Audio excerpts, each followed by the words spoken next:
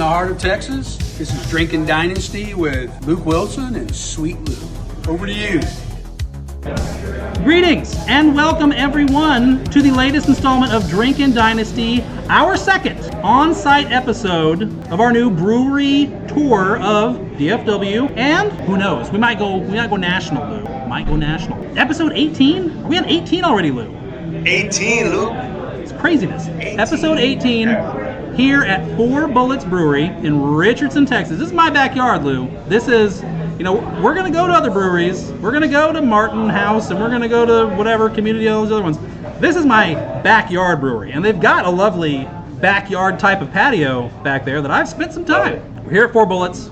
We're here to talk some fantasy football. We've got, I think, some redraft type questions that we might be fielding as we're here recording tonight. Episode 18 of Drinkin Dynasty, Lou.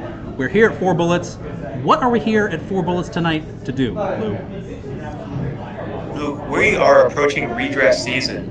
Yes. So we're here to do a rookie reality check. So we want to take some of the top rookies in 2025 and take a look at where they're going on your redraft draft boards to see who's going around them. We're getting ready for redraft season. Are we taking Omarion Hampton over some guys? Are we taking Jeanty? So we're going to cover up that tonight. You're over there at Four Bullets Brewery. What are you drinking tonight? Yes. Our friend Linda just served me something fresh and delicious. Linda, what am I drinking? What are the odds? What are the odds? This is one of their flagship beers. It's a tasty son of a bitch, too. All right, what are the odds here at Four Bullets? Ooh, yes. Yes, we've got the fuel, Lou. We've got the fuel for fantasy football takes, fantasy football talk. Let's get to it.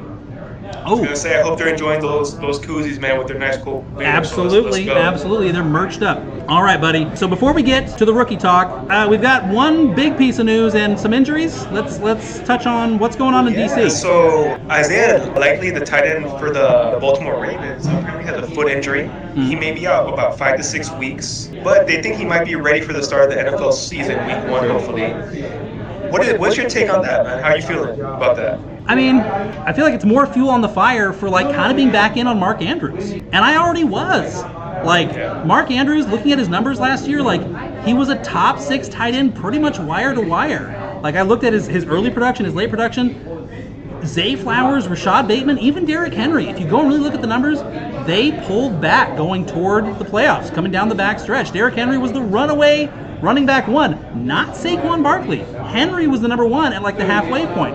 He wasn't bad, but the touchdowns did kind of dry up. Zay Flowers disappeared. Zay Flowers, I didn't even realize the extent to which Zay Flowers was on milk cartons by December. I mean, it was bad. Mark Andrews was the steady presence, wire to wire for them. And yeah, so likely, a lot of guys, especially in the Dynasty community, we're a Dynasty podcast, a lot of guys are waiting for the inevitable, for likely to take over. And I feel like that mood, that general sensation around the Ravens tight end situation is bleeding over into redraft, where people are thinking, likely he's going to push Mark Andrews off screen here any week now. I don't think so. I think Mark Andrews is a potential league winner in 2025 in redraft leagues. I agree, man. I mean, likely is a great tight end. I see a good future for him moving forward, but Mark Andrews is that dude. He's proved it over and over again. And we forget that he was coming off a big injury. Lamar loves him some Mark Andrews. I really believe he might be a top 5 tight end this season. He was last year. Hello? He was. It was touchdown heavy, but he was. I heard there was also some injury news out of San Francisco. Yeah, man, guys are dropping in San Fran, man. So Jauan Jennings, I guess he re-aggravated a calf injury. He doesn't have a timetable for return yet, but he's already missed 3 practices. So we have Ayuk out. We have Pearsall finally coming back from a hamstring injury, so we'll see how that turns out. And now Jauan Jennings takes some time off to recuperate. You know how that makes me feel?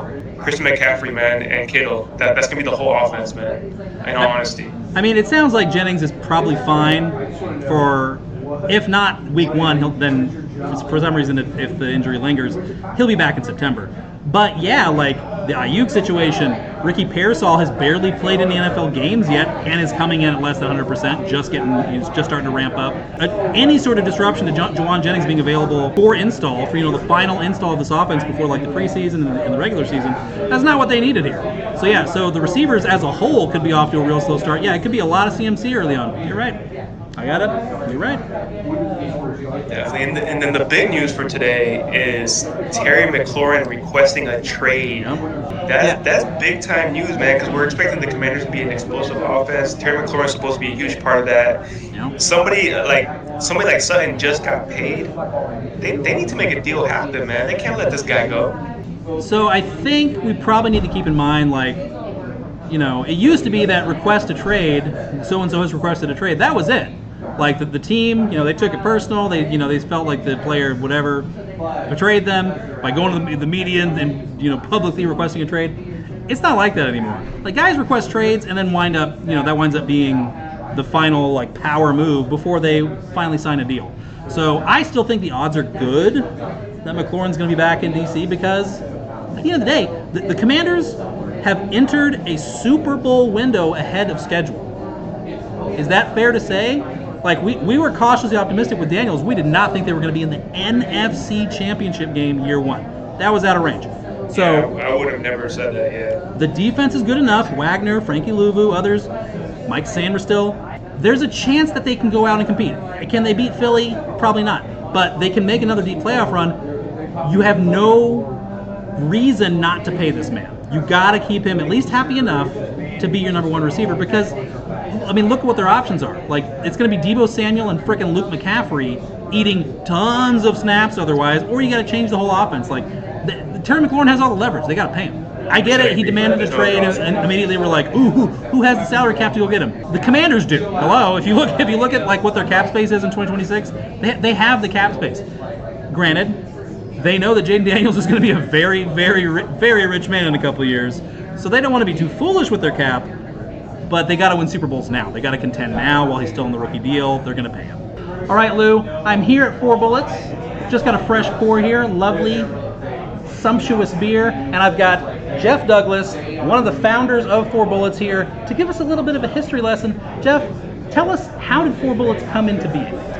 So me and my partner, over 10 years ago, way back, we were homebrewers for many years. His name was Drew. He was an English guy. We were neighbors. Drew was homebrewing. I was still drinking commercial beers mostly. And so my wife bought me a homebrew kit. And I had no idea how to use that. So I knew Drew was brewing. So I went down, talked to Drew. I said, hey, can you help me with this homebrew kit? Now you got to remember, this was back in like late 90s. Oh, so way before the craft beer thing blew up. But there were still people making their own beer. Because a lot just were disenfranchised with all the commercial beers. So Drew, being from England, he didn't like any commercial beer we had in the U.S. In fact, he lived in Jersey for quite a few years. And he said, I couldn't find any beer there I liked. So I started brewing my own in my apartment, in my bathroom. Like you hear bathtub gin. He was making beer and fermenting it in they're called carboys, which you ferment in the bathtub because sometimes they blow up. So modern day moonshine, you might say. Correct, but it was beer, not moonshine. So anyway, he taught me how to brew with the first batch, and then we came out really nice. It was a good out of a box. So I could teach you how to do that tomorrow. It's very easy. Everything comes together. But he told me right off, he said, Jeff, we could brew some way better beer than this. So that started when we moved up in the McKinney area. We had a house up there, and he was my neighbor. And so we got together and we built our own small brewing system. Oh, wow. So Drew was an engineer, by the way. Let me start with that. That helps. So he's very much like MacGyver. You know who MacGyver even is? Mm-hmm. Oh, I know. Okay, a lot of people don't know who MacGyver is because that's an older TV show. So he could build anything and put things together all by himself. Gotcha. I cannot do that, but I helped him. I was like his assistant. So we brewed together for quite a few years, and then not to go too long on this, but we started looking around. After a while, we started taking our beer to a lot of the breweries that were having when the breweries finally started opening, they'd have shows like Deep Ellum had one called Labor of Love. So you could bring in homebrew beer and they would people sampling it. So many people would tell us, and your beer is definitely something you could sell commercially. So, and also me and Drew were big cigar smokers. So we would take our beer just free to all the cigar shops and let guys just try it with their cigars. So we make a beer called Blackjack Brown Ale. Of course, one of your style flagships. brown. and it goes great with a Maduro cigar. So we brewed that to pair with a cigar. So that's still probably one of our most popular beers here at the brewery. It's an English style brown. Very good. It's very smooth. Got little caramel notes to it. But it's still probably what I would call our signature beer, even though now we make a wide variety of beers. But anyway, so when we first opened, we mostly were doing English style ales. Now, over the years, Drew actually left 2 years ago, went back to England. He retired. So we've had another brewer come in, and we're making a wide variety of beers, all kinds of IPAs, all different flavors. So I don't want people to think, they're stuck in the English ale niche only, because we were probably for the first 4 or 5 years. Right. But now we've been open 10, and we have such a diverse lineup, correct. And I'd like people to come out and try it, and I appreciate you guys being here. Oh, absolutely. Like I said, and just real quick on the name, everybody else knows. I was just going to ask. So I'm a big poker player. I used to play a lot of big poker tournaments in Vegas. Of course. And I was in a poker game, and the guy on the turn got 4 aces, and he stood up and said, 4 bullets, 4 bullets. And this is when we were just in the process of opening the brewery, and we didn't have any names. So I called Drew, who's the frugal Englishman, never has gambled in his life, and I said, what do you think if we do like a casino card theme? He goes, I'm okay with that. He goes, that'll make it easy to name the beers. Because it immediately popped in my head. Blackjack Brown, we were already making an IPA, all-in IPA. We had a red ale called Royal Flush Red. It all makes sense now. Yes, all makes sense. Look at our menu. It's all card casino-related names. Nothing to do with guns. I've had a lot of people say, Texas, you're 4 bullets. I mean, I go, if you want to think that, that's fine. But if you look at my hat and my shirt, this is our 10-year anniversary shirt. Very nice. It's all about the aces. Gotcha. But anyway, thank you for being here, guys. I mean, we love doing this kind of stuff, and if you guys want, hopefully we can keep building this up, and you get some more crowd to start coming and asking questions. I think that's a capital day. I've been coming here for years. I'll be honest. We're going to go to other breweries hopefully in the weeks, months ahead. This is my home brewery. Yes. I mean, I'm just down on the other side of Beltline from. But you know what? You need to continue to go to all the breweries, and hopefully, if you get a good following when you come back, you will have more people, then the people will keep coming out to all the breweries, especially when the football season starts. Right. And we can talk fantasy. Right. We're jumping the gun. We do our draft here every year. Yeah, I've been in the same league for 25 years with my wife and her brother-in-law is the commissioner. So and he's still the same commissioner. He's been doing it for 25. I think we're going on 26 this season. That's awesome. And we meet here every Labor Day weekend and have the draft the Sunday before the season kicks off. And it's a hell of a lot. We have 12 teams, I guess, right? So that's a full, right? That's the typical and we've been doing the same one. We do a $100 buy-in. Everybody pays $100. Nice. And we pay out like top scorer, whoever gets the highest score for the year. We pay out we do high score, most wins, and then of course the Super Bowl at the end. Sure. But believe it or not, out of 26 years, I think I've only won 3 times. I mean, I've won 3, but that's not very many. I'm 26 years. I'm sure. So I probably need help. I probably need help from you guys. We're gonna put a 5th bullet in your clip tonight, so you can go and win this thing. Okay. Well, I hate to say this because I'm a homer, because I'm a big Dallas Cowboy fan. It's been hard, man, because they've been terrible for so long. But I'll draft a lot of Cowboys every year. Oh yeah. And they all laugh at me because I've drafted Dak at least twice. But Dak throws for a lot of yards. Oh heck yeah. I think this year is going to be better with George Pickens. Pickens is going to help them a lot this year. All right, whose podcast is this, Jeff? Come on, Jeff. Pickens is going to be if you go back to the Cowboys and we always need that second receiver, right? That it will help with number one. Like CD is going to need some help. With Pickens over there on the other side, boom. And the tight end is back healthy again. Has this guy already been watching the show, Lou? He already knows all of our guys. We're big Cowboy fans. We're big Dak guys. And she's over. So we got a Cowboy hater, by the way, over here. She's a huge Chief fan. Boo. She loves Kelsey. You'll have your chance, madam. Yes. Please, order. Right, anyway, so I'll let you guys go, but thanks for being at Four Bullets. Absolutely. And you heard a little bit of history. You look around, my wife does all the decorations. We kind of make this a little eclectic place, very homey. And like you said, it's kind of family. We have a lot of family that comes here. It definitely has a distinct feel from the moment you walk in the door. You're not sure, am I in a brewery or am I in a bar? Yes. Am I in the neighborhood bar? It's very much a neighborhood Or is this a microbrewery? It's a neighborhood brewery. Yeah, no. When Drew came here, he told me in England, every, they don't call them towns, what do they call them, boroughs? Yeah, that's right. Each one has their own, most all have a brewery. Everyone has a brewery. He said when he got married, the priest that married them, they were at the brewery next door to the church, and the priest was over there drinking beer with him before he went and got married in England. So, and if you want to read something funny, that's a sign from England. It makes hardly any sense to us, but that's an English-style sign. Because a lot of those places over there have to close real early, so they have weird hours. So if you read that, it's talking about a brewery open serving beer in a borough. So. Intoxicating liquors. That's intoxicating liquor. All right, guys. Well, thank you. We'll ask some football questions. Absolutely. Thanks. Excellent. Thanks, Luke. Thank you, sir. Thanks for being here, man. What a fantastic oral history of this establishment. That being said, are you ready to get into some ADP? We are about to turn our attention fully to redraft. Let us begin, sir. Who are the rookies that we like and that we're skeptical of at their current ADPs in redraft? So let me start by saying this, man. So these are I pulled half PPR rookie ADPs from Sleeper. Okay, We're gonna start off with Ashton Jeanty. So Ashton Jeanty right now, ADP on Sleeper is 11, running back number 5. So a few questions for you, Luke. If you're on the draft board, would you rather take Derrick Henry or Ashton Jeanty? All right, so this is a classic example to me of conflating dynasty appeal with year one appeal. What is realistic year one? Are we optimistic about the direction the Raiders are going? Yes, of course. It's a little weird because they brought in a really old head coach and a flunky offensive coordinator who crashed out of the NFL in spectacular fashion. That's a little bit weird. But they're trying to compete. They're trying to be in games against a very tough division. And this is how they're going about it. So I think the Raiders are going to approach respectability, if not even win 9 games, 8-9 games. It's Pete Carroll after all. He's proven he can hack it. But let's not forget, the Ravens are good now. We don't have to wait. And in redraft, you can't wait. We're not playing for week 8, week 9 if we have Derrick Henry week 1 going out and giving you 130 yards and a touchdown.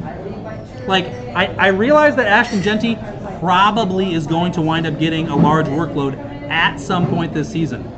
There are 17 games. If Ashton Jeanty does not have the backfield under control by week 5, he's not worth that price to me. Not in redraft. I think he's primed to be taken too high. I understand the appeal. I understand, hey, chase the upside. There's just too many other good guys. What do you say, Luke?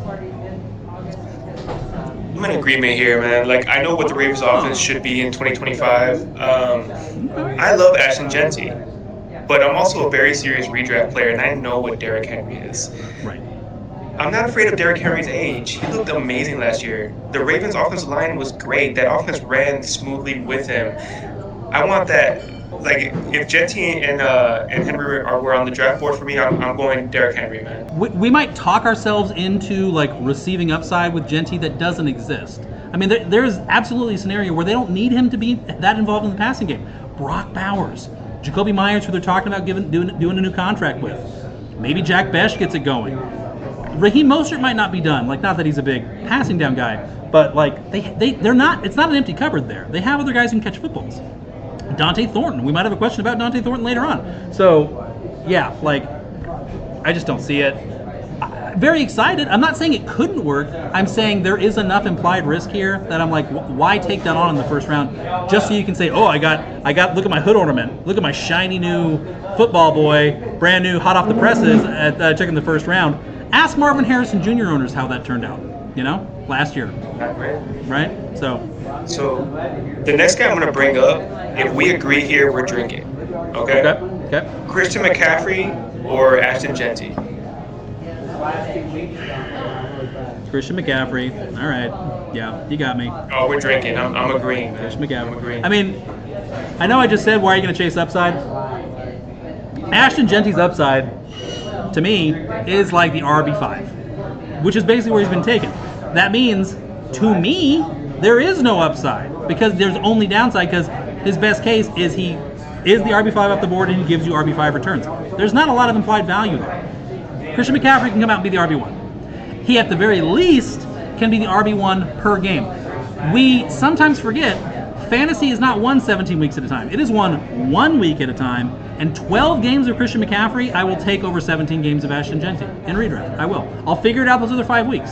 I hope they don't come in December, but I'll figure it out those other 5 weeks. I'm at the point now where I'm starting to think like Christian McCaffrey is going to be the focal point of that 49ers offense again. Like, he looks great at the moment in training camp. He looks healthy. And honestly, if you're scared to draft him, don't worry about it. I will. Right. You know, like, that's how I'm feeling at the moment. Again, dynasty, redraft. 2 separate animals. McCaffrey, perfect example. The next guy is Omarion Hampton. Average draft position 40, running back 15. So I'm just going to go ahead and list the 2 guys. Yeah. We're going to discuss drafting him over Ken Walker and Alvin Kamara. For me, I will take him over Ken Walker at this point. So that is a fairly recent change for me. My read coming into training camp was that Najee Harris was on the ropes, but he was still very much in the fight. Like, he needed to come out and play some ball, but as long as he did that and you know, dotted his T's, crossed his I's in training camp, I felt like he was going to be the lead sled dog out of the camp. Even if he wasn't necessarily the better player at this point, it's Jim Harbaugh, you know, leadership, experience, all that razzmatazz. He's got real players playing in the Hall of Fame game tonight. Will Dissly's out there. Omarion Hampton was out there. Harbaugh's a fucking weirdo. But obviously what has happened now, Najee Harris, where art thou? We don't know where this man is on earth. Somebody geotag Najee Harris. Damn it, we need a wellness check. We're now at the point where if Najee Harris does not show up in like the next 72 hours, I don't know that he's going to be able to get back in the fight. He's not going to play in the preseason. He's a vet. There's no reason to put him out there, especially did he blow off his face? Has he got partial blindness in one eye? We don't know. So now, even in the last 5-6 days, the proposition on Hampton has shifted enough in this offense that wants to run the ball as much as any other team in the league. Okay, I will take Hampton over Walker because Ken Walker has real Zach Charbonnet problems. I will take Alvin Kamara over Omarion Hampton still. That's where I'm at. What do you say? So, Alvin Kamara, yeah, I'm taking Kamara over Walker because he's going to be a huge part of the Saints offense. Like, the Saints need Alvin Kamara. Like, he is going to be a big part of that. What you were just implying about CMC with all the Niners receivers banged up, that might actually turn out to be true for Kamara. So yeah, I agree. Here's the thing. Lay it on me. We don't have an update on Najee yet, right? If Najee is healthy, I really think this is going to be like a 50-50 split. I think they're going to run both of those dudes, and they're both going to do some damage, but you don't know who's going to have the upper hand week 1.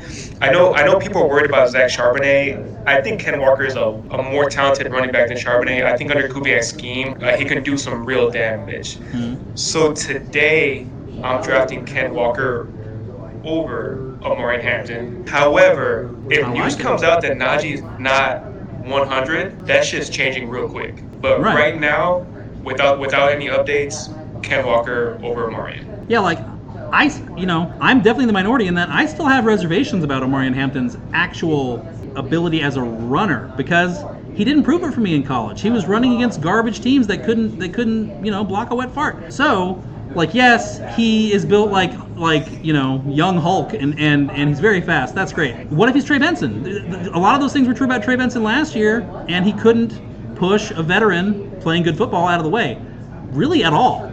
So the equation's not the same between Hampton and Harris, but it's enough of a relevant example to where I'm like, guys, we love seeing this guy with the crop top, where you see the 8-pack bulging underneath the shirt. You're like, okay, wow, this guy's gonna get 1,400 yards for sure. Hold on, you're just ogling this guy. That's all you're doing right now. We haven't seen anything. But yeah, like again, at this point, I'm drafting the offense, and it's Jim Harbaugh. I believe in Jim Harbaugh. I believe I know what Jim Harbaugh wants to do, and that's why they went and got Omarion Hampton and Najee Harris though. So if Harris, can get back in frame here, get back in this fight, I might be with you again on Ken Walker in a minute because what's going on in Seattle, Clint Kubiak in town, I'm intrigued.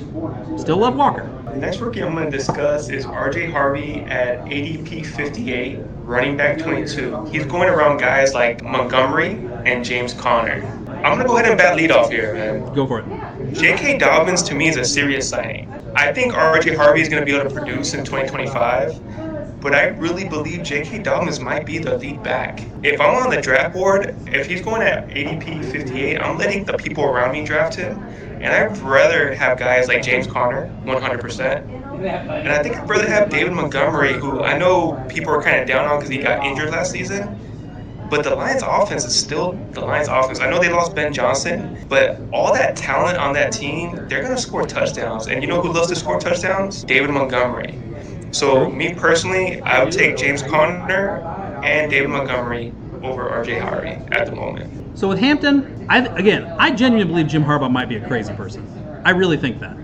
Like, a crazy person in a way that is helpful to being successful as a head coach, mostly, but still crazy. I don't think he cares if he runs the tread off of Omarion Hampton's tires. I don't think he cares. I think he cares about, like, who has the right stuff, the moxie, who is a Michigan man at heart, and also is a veteran with experience and all that shit.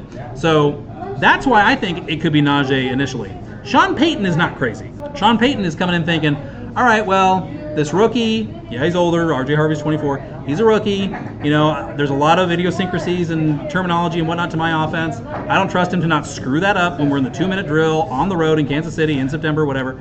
I'm going to have a veteran out there early, but as the veteran tires, as we just saw J.K. Dobbins do badly down the stretch for the Chargers last year, as the starter tires, the veteran tires, we're going to start to see things change over to Harvey very, very clearly, very linearly when we look back at the 2025 season and see, yeah, RJ Harvey had run this guy down by Thanksgiving. Again, weeks 11, 12, 13 through 17 are more valuable. We are targeting those weeks in terms of who are going to be the guys that are eating, the lion's share. When that time comes, we're trying to guess who those guys are going to be. To me, there's a clear case that Harvey is going to wind up eating this guy up. I will say, I did say in a recent episode, Sean Payton has a very clear, very strong track record of not believing in clear-cut starters. But again, we're looking for the more production, the more touches. Whereas with the Chargers, like, Omarion Hampton might get 18 carries in week 1. I don't think it's going to happen, but I'm not ruling it out. Jim Harbaugh's a wacko. So, but yeah, no, I'll agree with you on Conner. I don't agree on Montgomery. I would rather have Harvey over Montgomery. I see a changing of the guard unfolding in Detroit here pretty quick. David Montgomery is basically in a contract year. Remember Jamal Williams. Remember Jamal Williams comes out and gives them 18 touchdowns. You know what they gave him? Walking papers. They gave him the boot. Okay, so is David Montgomery really good enough to keep Jahmyr Gibbs off the field going forward after the way he finished 2024? I think he is, because he brings a different dimension to the running game. Sure. That's what I'll say there. I'm just saying it has to happen sometime. There's an old saying in fantasy, better to get a year too early than a year too late. And it feels like that time for David Montgomery for me. You saw, I just unloaded him in the league. I'm sleeping like a baby. So I would go Conner and then Harvey and then Montgomery. But that's a very good question, and there's no wrong answer. There's really not. I respect that. I mean, there is. The next rookie I'm going to talk about is actually one of my favorite rookies in 2025. TreVeyon Henderson, average draft position 63, running back 24 at the moment. Yep. He's going around guys like Pacheco and Aaron Jones. And Aaron Jones? I love the reaction there. Oh, Pacheco. By all means, take the floor, Lou. I need to get the bile back down. Oh man, this is Hendo all day for me, man. Like, this is not even a thought process. I think Henderson's so good that he's gonna take snaps away from Ramondre Stevenson. They're gonna want to keep him on the field because he's an excellent blocker. He's gonna give Drake May another option on the field. If those wide receivers are having a hard time getting open, guess what? He's just going to dump it off to my boy Hendo, and Hendo's going to go out there and gain some yards, man. He could be a PPR machine potentially in the future. So, yeah, definitely. In this order, man, Henderson, and Aaron Jones or Pacheco? That's an interesting question right there, man. I mean, Henderson above them. Oh, where you at on that? I'm floating away from your bad take, Lou. You're floating away. Back later, Lou. Sorry, go ahead, finish. I think I'm going to go Pacheco and then Aaron Jones right there, man. But Henderson above them, head and shoulders. What you got for me? All right, so I'm with you on Henderson broadly in a vacuum. Of course, who wouldn't be? But putting him significantly behind Aaron Jones, who I know already what you're immediately going to say. I'm aware. Jordan Mason, he coming. Sure, fine. Aaron Jones ate 300 touches for the Vikings last year. When I saw that number, I did a triple take. 300. That's a man's number, boy. Now, what happens? They go from Sam Darnold, obviously, whatever, questions about him. They let him throw. They let him cook. They let him throw the ball around the yard. But there was a lot less pass volume to go around than there was with Cousins. Now here comes J.J. McCarthy. So what are they going to do, Lou? Are they going to keep throwing it as much as they did with Darnold? Or is the pass volume potentially even going to creep back a little bit more from the threshold that we had with Darnold?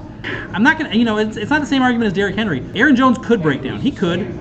But he is in an elite offense, and he is a proven commodity, and he is a guy who, batting out of this part of the board, this ADP range, has been a winner in recent years. TreVeyon Henderson is on a team that might not be very good. It's easy to be optimistic about the New England Patriots right now from the safety of July, where we can just make up fairy dust. Oh, Drake May. Oh, it's so impressive. They might suck. The offensive line is still a big question mark. The receivers might be dog shit. Like, there's a lot that can go wrong here in a hurry. The Bills' defense is still I'm good. gonna lie to you, Luke. I've been sniffing some of that fairy dust, but continue. You've been hanging out with Stephon Diggs, that Tusi. So you gotta lay off that stuff, Lou. It's gonna ruin your life. All right, the defenses in that division, the Jets, the Bills. I mean, the Dolphins have had some bad injuries, so not so much the Dolphins, but like, it could be rough for the Patriots this year. They might come out and go 6-11, 7-10. Maybe they even flirt with 500 and are in the wild card run beyond week 5. But, between that and Ramondre, if you're saying that you don't like Aaron Jones because of Jordan Mason, how do you just kick the Ramondre Stevenson fact out of the equation with Henderson?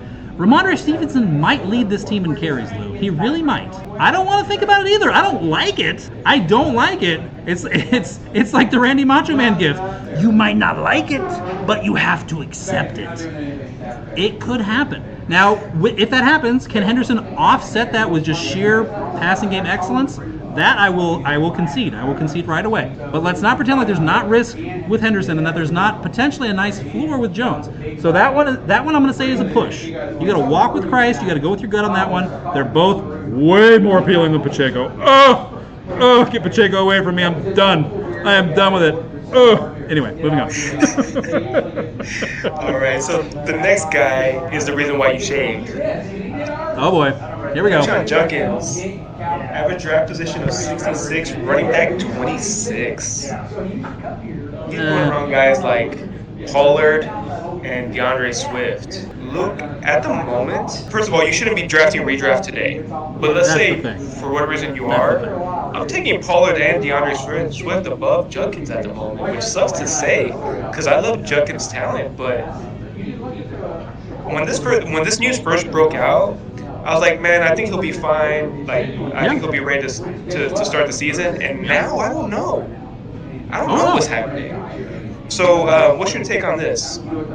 My take on it is, you got to keep Judkins is a major wild card.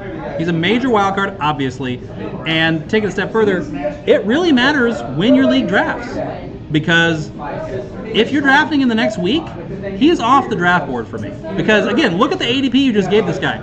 His ADP, as it currently stands, is up with guys like Pollard and Swift. So in redraft leagues, what's going to happen? Somebody's going to be desperate enough at running back that they're going to roll the dice on him in round 7. That's, somebody who goes three receivers out of the gate, they're going to be hurting. They're going to take a Judkins and pray. I'm not doing that. But if by August 31st, going into Labor Day weekend, what have you, the reality of the situation has caught up with his ADP and sunk him down out of the first 8 rounds, to me, like, he cannot go in the first 8 rounds. He just can't. I can't take him.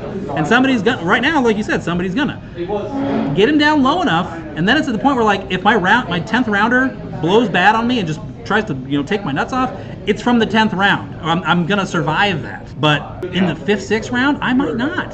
That and one other critical injury in the top, to my first 5 picks, I'm hurting real bad, bleeding real bad. So, right now, today, it's Pollard and Swift just by default. Like, I can't go near that situation right now. Anyway, sorry, go ahead, Lou. I mean, I'm with you on that. Like, I know when you draft Pollard and Swift, it doesn't feel sexy, but those are guys you can start every week, and they should produce on your team, in all honesty. And, like, I'm getting higher and higher on DeAndre Swift, for example. I think he's going to do some things on that Bears offense and that offensive line. So, yeah, I'm taking both of these guys easily at the moment over Judkins. Pollard and Swift both, I mean, I know we're talking rookies, but Pollard and Swift both are just like classic examples of whatever. 3 months from now, we're looking back at like, oh, why am I 5-0, or why is my idiot buddy from accounting who doesn't know shit about fuck, why is he 5-0 and I'm 2-3? What happened? And it's like, oh, he autoed into Pollard and Swift, and it's like, oh, I should have taken one of those guys because there was nobody else. Of course, those guys are doing good. They're in the flex and whooping your ass. Exactly. Yeah. You're buying the offense there, guys. You're buying the offense. This next guy is somebody that we both love and that we're high on. So Kaleb Johnson, average draft position 78, running back 29. Luke, I've been doing a lot of mocks, and I've been ending up with a lot of Kaleb Johnson. Like, his value late in the redraft is amazing. I love it. He's going around the same price as guys like Tyrone, Tracy, and Brian Robinson. And I'll tell you right now, don't get me wrong, I like me some Brian Robinson, right, on that offense. But I'm going to take the upside on Kaleb Johnson every single freaking time, bro. Every time. Yep. There are a finite number of rookie running backs that can lead all rookies in carries. RJ Harvey can't do it. I don't think he can do it. I don't think TreVeyon Henderson can do it. You want to make an argument that he can lead all rookie running backs in carries? I welcome you to it. But I don't think it's possible. Jeanty can do it. Omarion and Hampton can do it. And I think this guy can do it. I would have said Judkins, but now, obviously, complications. Kaleb Johnson can lead all rookie running backs in carries, guys. I know carries aren't necessarily sexy. A lot of leagues still don't have scoring for carries like they do for receptions. And I'm not advocating for it at all. It is out there. Watch out. If your commissioner starts talking about it, go adding points per carry, get out of the league. It's because that's bullshit. Anyway, but yeah, Kaleb Johnson might come out and get 250 carries, guys. These are the Steelers. Look at this situation for what it is. What do the Steelers want? What are they at their core? We know what they are. They impose your will, establish the run, 3 yards in a cloud of dust. It's in their DNA as an organization from the top down. But also now with Aaron Rodgers, they want to protect him. They want to play from ahead, win with defense, and run the ball like they always have wanted to do. They let Najee Harris walk.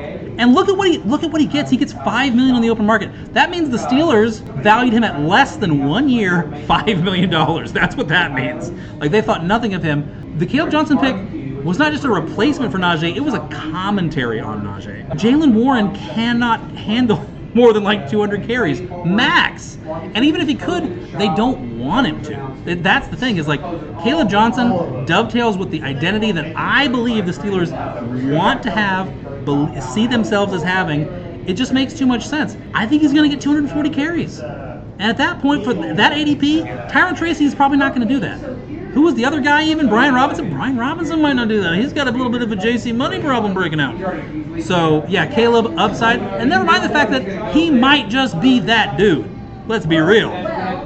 Might be. I'm with you. The next guy is somebody I've been really high on during the offseason.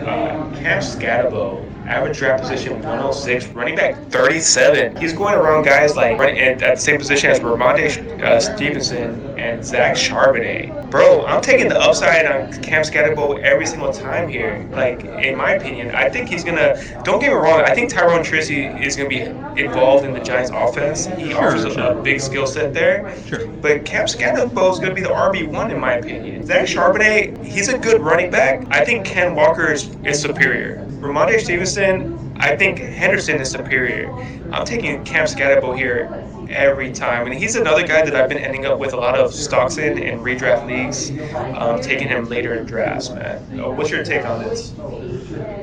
So I'm fine with Skattebo over Ramondre. Really, principally. Don't you say it. I'm fine with it. Let's get there.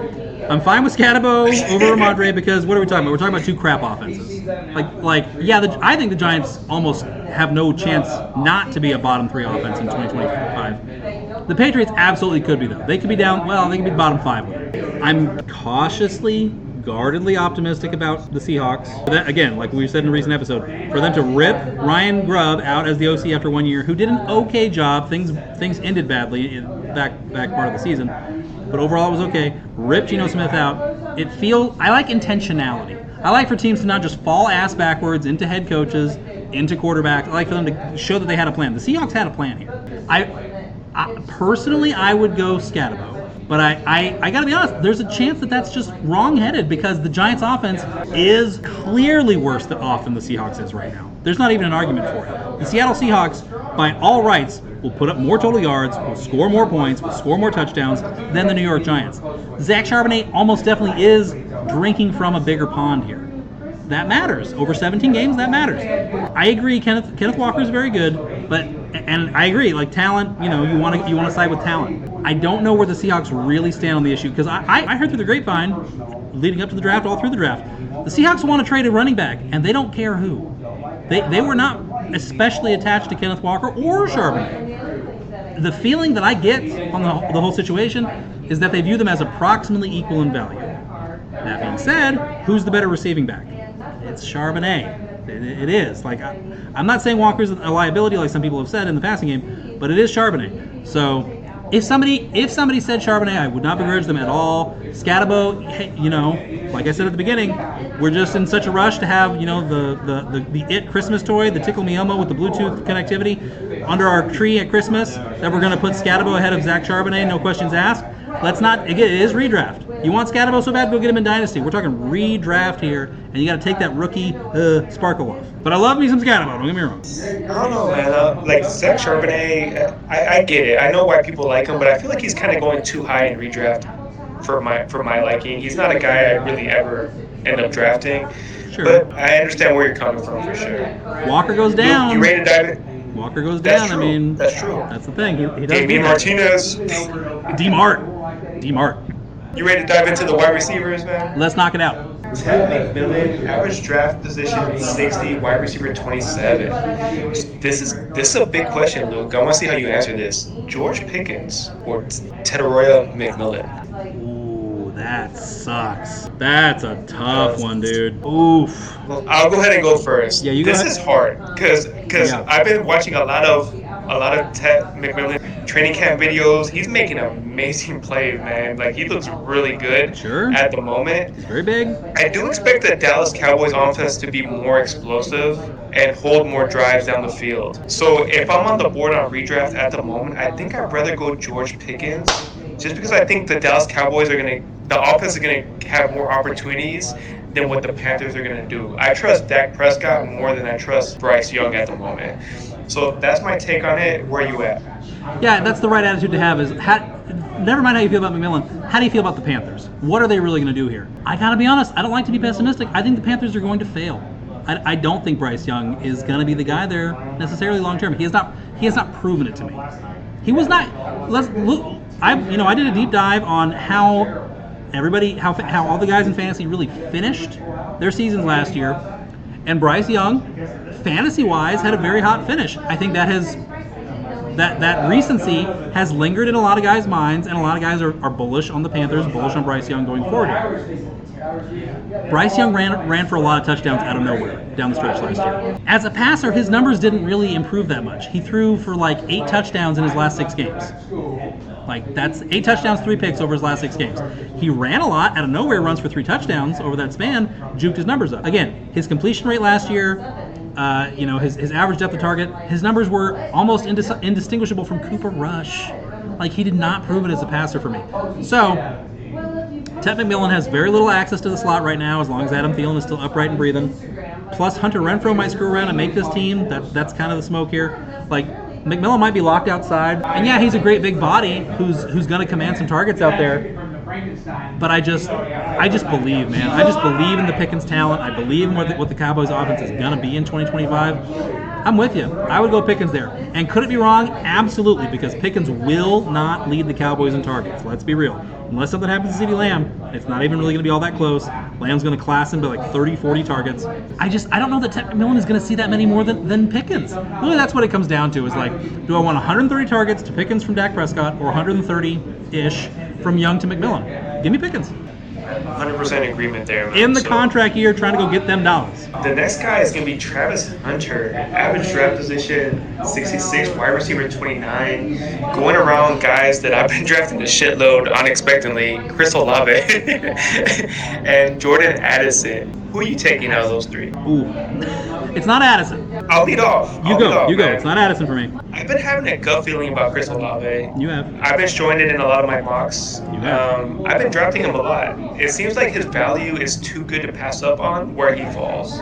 It's fair. I think Chris Olave, if he can stay healthy, is going to get targeted so much in that Saints offense because he is the dude.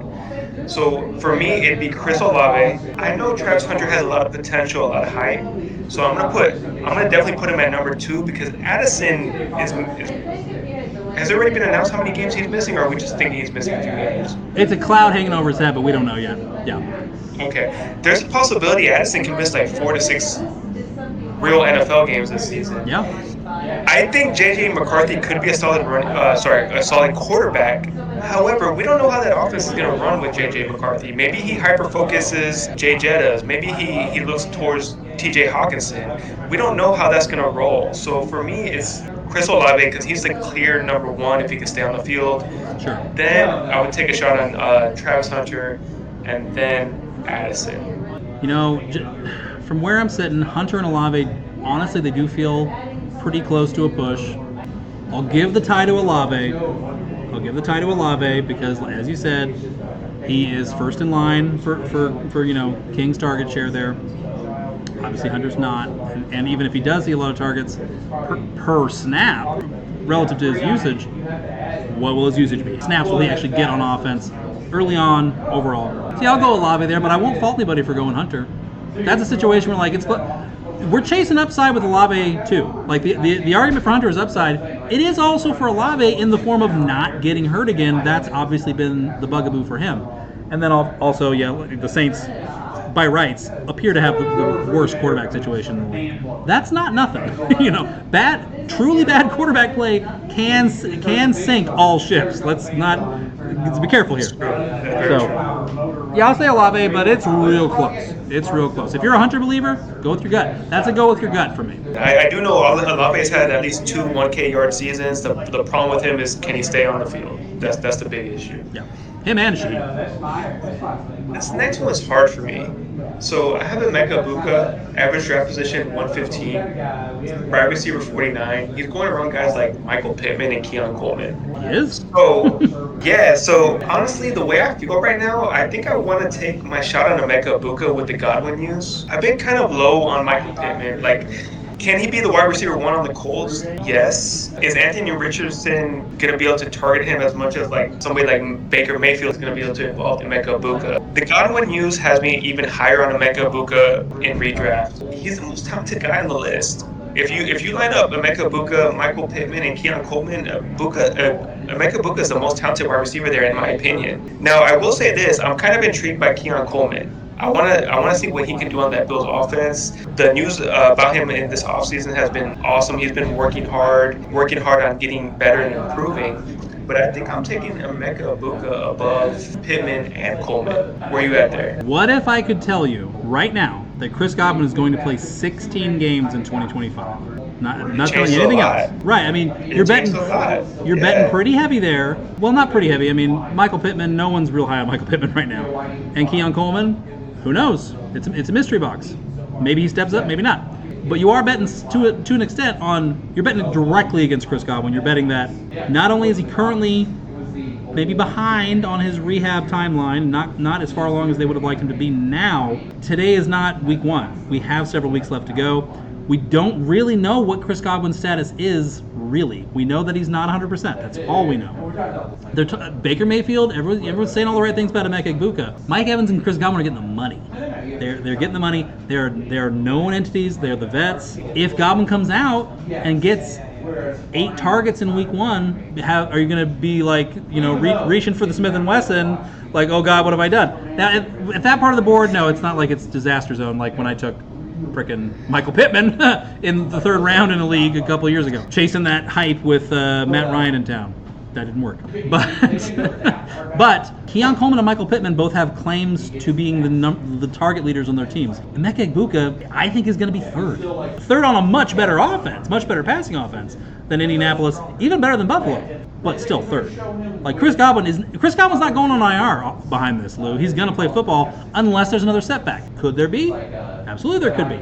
But he ain't dead yet. This is a no, I think he is dead yet take, and I'm not sure. Well, we'll say this: if I knew without a doubt that Emeka Egbuka was going to be the number 2 on the Buccaneers, absolutely, game over. That changes the equation, and then he's the slam dunk pick.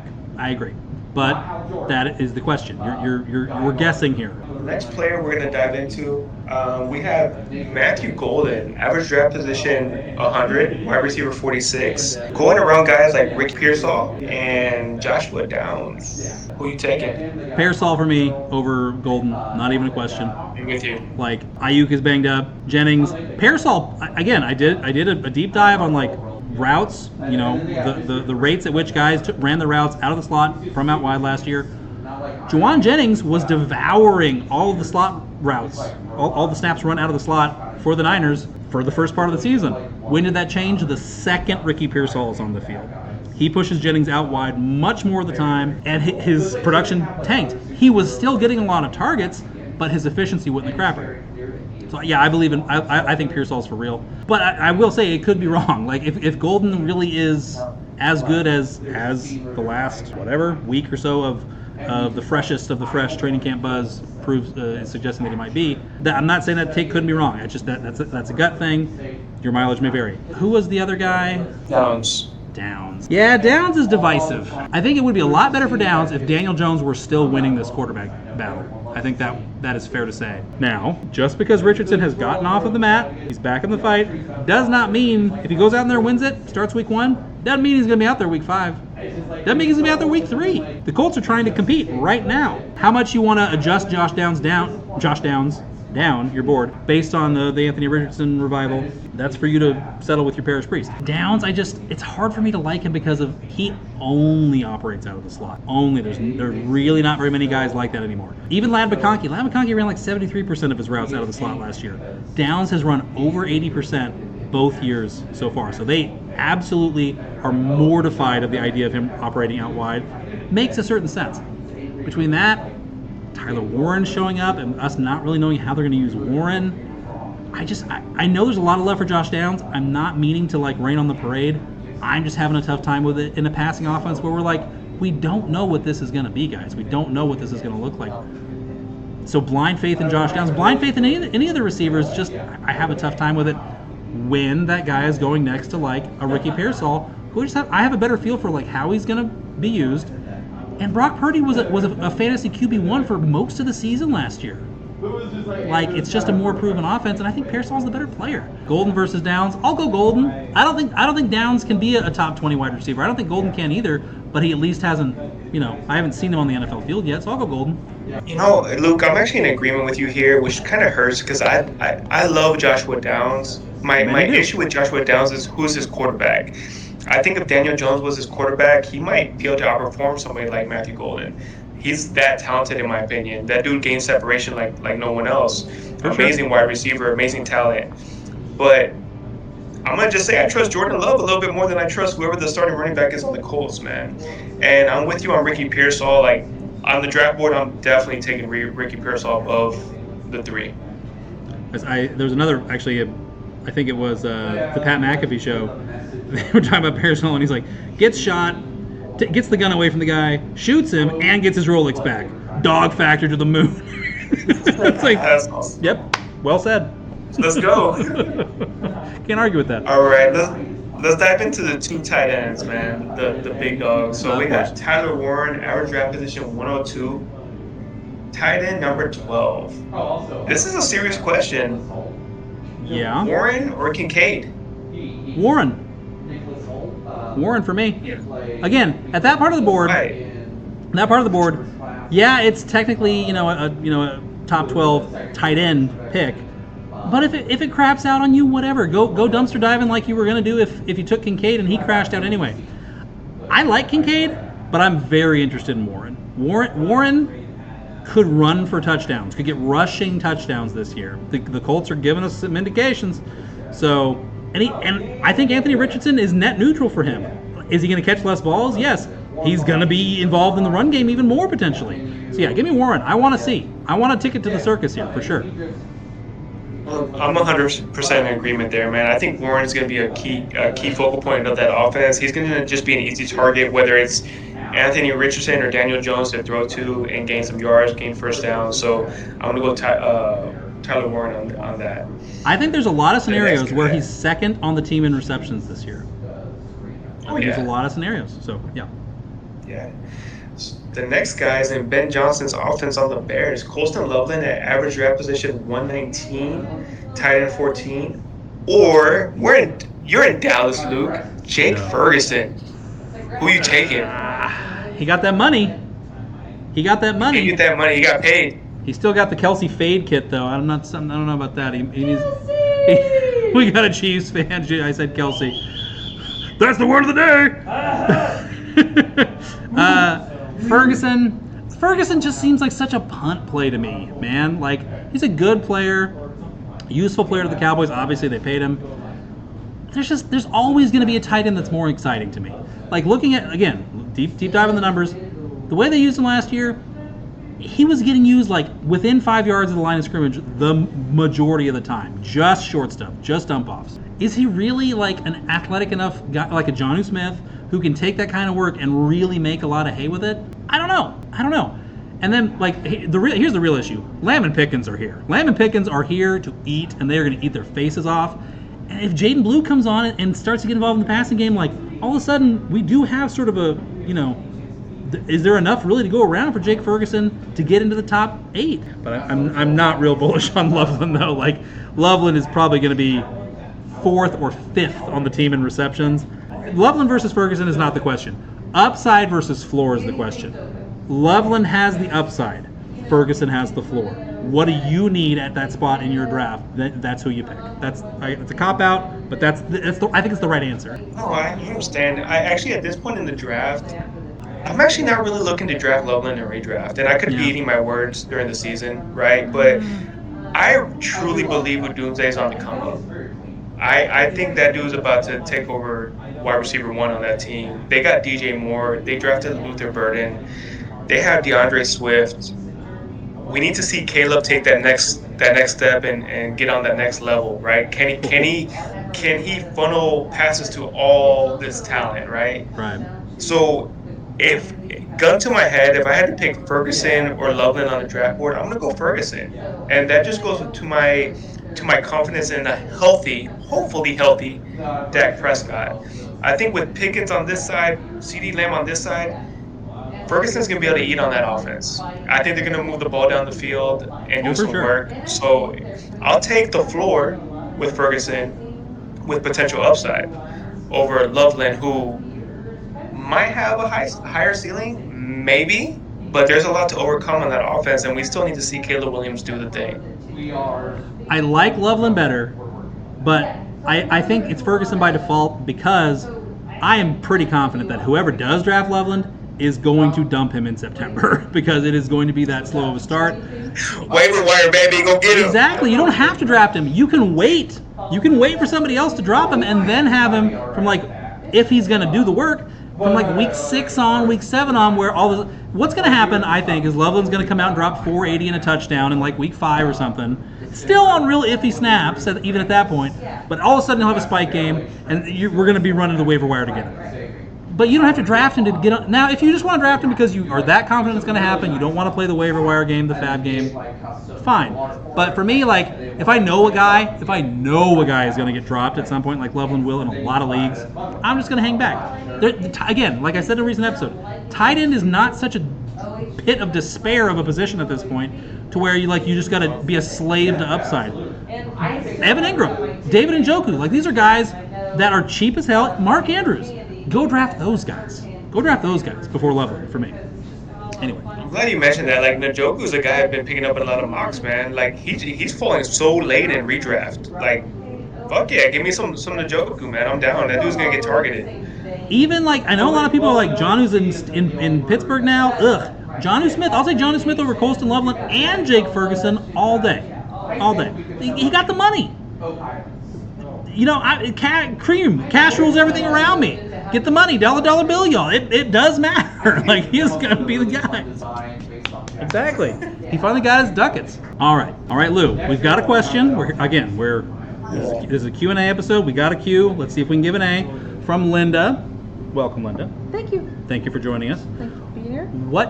So tell me your story. You are a new first-time fantasy player, or you've got some experience? I've been playing fantasy-ish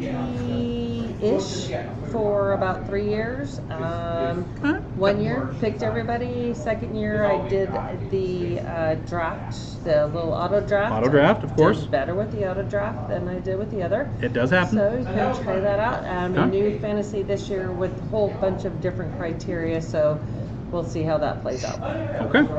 Linda, how can we help you? What is the burning question that you have on your mind? You know, I don't call it burning, but I will go with, so I've watched 2 seasons of Quarterback. The Netflix show Quarterback. Netflix show. She's a true fan. So the question is, Cousins being 2 seasons into Quarterback, now being backup Falcons quarterback, right. Is he going to get play time? Is he just kind of writing out the contract? I really feel like he's still got a lot of strong potential as a quarterback. What are we thinking? That is a very good question, Linda. How about Linda, Lou? Linda's thinking. I love it. Linda's thinking about the Kirk Cousins futures game, that goes into Dynasty real good. There are a lot of guys who got caught flat-footed owning their Kirk Cousins shares, didn't they, Lou? Yeah, don't want to. I didn't want to say it, but thank you for admitting it. Yeah, so obviously, owning Cousins, you're left being a little bit optimistic, like, I'm sure he's going to get another shot. What do you actually see for Cousins in 2025 or beyond? At the moment, if we're talking Dynasty, he's a hold for me. I think there is a real chance that an opportunity gets presented and the Falcons maybe pull the trigger on a trade. I don't know if that's the Falcons. I don't know if that's maybe the Colts, depending how things develop there. But I think he still has something in the tank, man. We forget, again, that sometimes dudes come off injury and take a while. Or they get hurt during the season and don't look as good. Sure. I think Kirk Cousins still has something left in the tank, and he can help carry a good offensive team and be that piece that they need. So I think he's a guy that in Dynasty that you hold at the moment, and there is a real opportunity that he gets another shot. If you had to guess right now, will Kirk Cousins make starts for another NFL team in the 2025 season? Gun to your head, you've got to get it right. Would you say yes or no? Over under 0.5 starts for a different NFL team than the Falcons in 2025 for Kirk Cousins. Lou, go. Yes. Yes. Lou says yeah. Linda doesn't agree. No. Linda thinks he's staying in the dirty South. I didn't say dirty. But well, Atlanta, the dirty South. So there's other factors at hand. There are other factors. He does have a big contract. Big contract, family, location. Location. Because that's the other thing you guys have to think about. It's like there's life outside those 3 hours of TV. Sure. Where they're living, how they're living, who they're living with. But Kirk is from Michigan. Like, he still has his house up on the Michigan, lakefront. Right. Like, when football's finally done, this year, 2 years from now, whatever, like, that's where he's going to wind up. I believe that Cousins wants to be a winner. You saw it on the show. Getting benched is killing him. It is killing him. He wants to be the guy. He does not want to be a backup. So bad. He doesn't care about the money at all. I mean, he cares a little bit, but he cares more about, like, he wants to be out there. I will say that the clearest ray of hope for Cousins is what's going on with the Rams. Let's be real. Like, Matt Stafford is getting up there. He was banged up. He was having back issues last year. He's already got back issues this year. Like, this could wind up being like kind of the CMC situation last year for the Rams, where it's like Stafford was never healthy and is a liability all season long. And look at where they are. They've got Puka Nacua. They bring in Devontae Adams. The Rams gotta go compete right now. They gotta. I am skeptical if Cousins still has enough in the arm, enough arm power to really pilot the McVay offense, but he's got the experience. They play indoors. He can get out of that inclement weather that has been his undoing many times. If Stafford cannot get healthy or gets re-injured before the trade deadline, the Rams are an actual destination that makes a lot of sense to me. The Falcons would have to eat a lot of that money, but I think they would. If the Rams send back even like a 5th round pick, something like that. I think I'm with Linda that all things being equal, I think he's probably going to have to play out the string here. Unfortunately, nobody wants that. But like just the realities of the situation is like he needs a perfect situation and he needs it by Halloween. Like the Steelers or the Browns, they're not going to go trade for him because, well, the Steelers might, depending. But like a bad team is not going to trade for him, and he's not going to want to go there anyway because he doesn't care about just playing for a crap team. He wants to go compete. So he needs to be protected. Anyway, and that's not, the other thing is like he can't just go to a team like the Patriots, or bad example, they have Drake May, but to some team with a crap offensive line, that's just going to be the same problems as before. Exactly. So very good question, Linda. And sorry, we've got one more from Linda, folks. I love Linda. Linda's on fire. Lay it on us, Linda. How about them Chiefs? Oh boy, there it is. Oh no. She finally did it. Linda's a Chiefs super fan. So I got to know. Yes. I warmed up the crowd a little bit. I got to know the folks. Linda's a Chiefs super fan. She comes by it honestly. She was not born in friggin' Richardson or Dallas. She's from Kansas. Okay, so don't be calling her bandwagon. It's legit. It's in the bloodline. Chiefs offense, Lou. Do you buy the hype that they're going to be slinging it all over the yard finally again in 2025? Are we going to make the Chiefs offense great again in 2025, Lou? We are going to make the Chiefs offense great again. I think Mahomes is gonna destroy some teams this year, man. Like, I know he's older. We got Hollywood Brown. He does add a dimension to that team, but Rashee Rice and Xavier Worthy, I think they bring a big dimension. Kelsey has been trimming down in the offseason. He's working on getting slimmer. That dude is going to deliver and be a big target for Mahomes. They're going to be able to move the ball down the field. I don't think their run game's as strong next season. So guess what that means? More Mahomes. More Mahomes, potentially, potentially shorter possessions, more time for the other team to do something on offense. So Lou, if you're wrong, you're going to have to talk to Linda after this season. Thank you, Linda. Linda's one of the good ones, Lou. I appreciate it, Linda. That was awesome. Thank you. Linda is a friend of the brewery. She's family of the brewery, and now family of Drinkin Dynasty. Linda just makes family wherever she goes. Yeah. Linda. All right, so here's the thing. If the Chiefs' offense is going to be more explosive in 2025, it's not going to be because the Chiefs want it to be. Sorry, I'm just trying to be realistic here. If the Chiefs got to be boring on offense to win 15 games again this year, then honey, they're going to be boring as shit. They're going to have Mahomes throw 3,500 yards. If they could sign and say 15 wins right now, but Mahomes is worthless in fantasy, they'll sign it. If for that to happen, the Broncos and the Chargers have to really push them, and they might. I mean, Linda. I know. Linda's like, but she admits that's the toughest division in football. The AFC West is the toughest division in football now. There is no question. That was the other question. Well, the only question is the NFC North. But it's the toughest division in the AFC. That's for darn sure. Don't talk about the NFC. Legit. Don't talk about the AFC North. Legit. Yeah. Like even the AFC North, there's the Browns. They're dog shit. The Raiders are going to be the best last place team in football, quite possibly. So if the Chargers and the Broncos can come out and really push them and kind of go punch for punch with them offensively and not have games get to halftime at fucking 7-6 and 10-9 and shit like that and like throw punches back and forth early on, then the Chiefs might have to actually get up out of their rocking chairs and throw the damn football again. So that's the scenario. They're not gonna do what we want them to do and go beat teams 40-10 just because they can. They're not gonna do it. Why would they do it? All the Chiefs care about, again, we need to keep in mind, teams like the Chiefs, teams like the 49ers up until last year, they care about February, that's it. They don't care how they get there. Oh, right. Yeah, that's a tough one. Question 4 what we're going to do, we're going to work on this, and we're going to do it in episode 19, because we got to go and actually get the abacus out, all that. Linda wants to know who's got the easiest and hardest schedules first half and second half of the 2025 season. We got to go do. That's a homework assignment. We're going to do our homework and get back to you, Linda. That is a homework assignment. But as for the Chiefs, They care about getting to the Super Bowl. That's it. They want the easiest. Super Bowl and Taylor Swift. That's it. Done. When is she going to buy the team? Oh, Linda doesn't like that answer.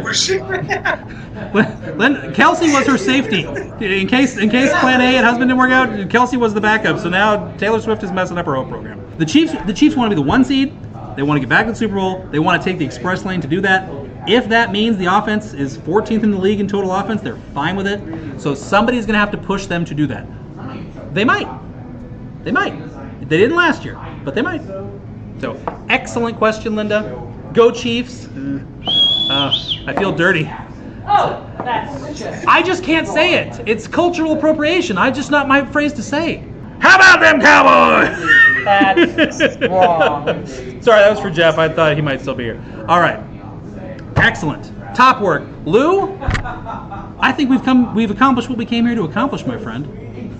Linda was awesome. Four Bullets Brewery was amazing hosting you today, man. This was great. 4 bullets. Enjoyed the episode. 2 beers. One hell of a good time. And then something for the number 3. I don't know. And then Drinkin Dynasty. There we go. Alrighty, folks. Well, it's been a lot of fun here at 4 Bullets. We're going to shut it down for now. We've already shut the club down. It's closed. We got to get the hell out of here. They're going to kick me out of here. Lou, any parting words of wisdom for our lovely host tonight, for our listeners? Oh, honestly, thank you so much to Four Bullets Brewery. This is our second brewery that hosted us, basically. Round of applause. I'm loving it, man. I'm loving the questions, the atmosphere, the beer that we get to try out. This is amazing. Love it. I'm gonna go out on a limb and think we might be running this one back, Lou. 4 Bullets might see us again, Lou. I'm just gonna go out on a limb. I got a feeling. And I'll come up to Dallas, man. I'm ready. Let's set that road trip. Lou going north. You got to get us in at St. Arnold, man. I'll drive south for St. Arnold. That's worth it for me. All right, folks. Well, that's going to be a wrap for us on episode 18 here at 4 Bullets Brewery in Richardson, Texas. We'll be back with you next week to get ready for football season, guys. Next week on Drinkin Dynasty. Until next time, man.